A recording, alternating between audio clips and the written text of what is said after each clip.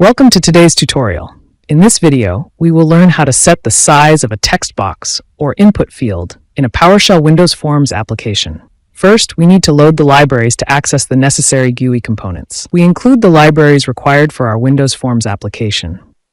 Next, let's create a new form that will act as our application window. This initializes a new form. Now we're ready to create and size our text box. We'll create a text box for user input. Here, we create a new TextBox object. Now let's set its size. Now we need to specify the size of our text box.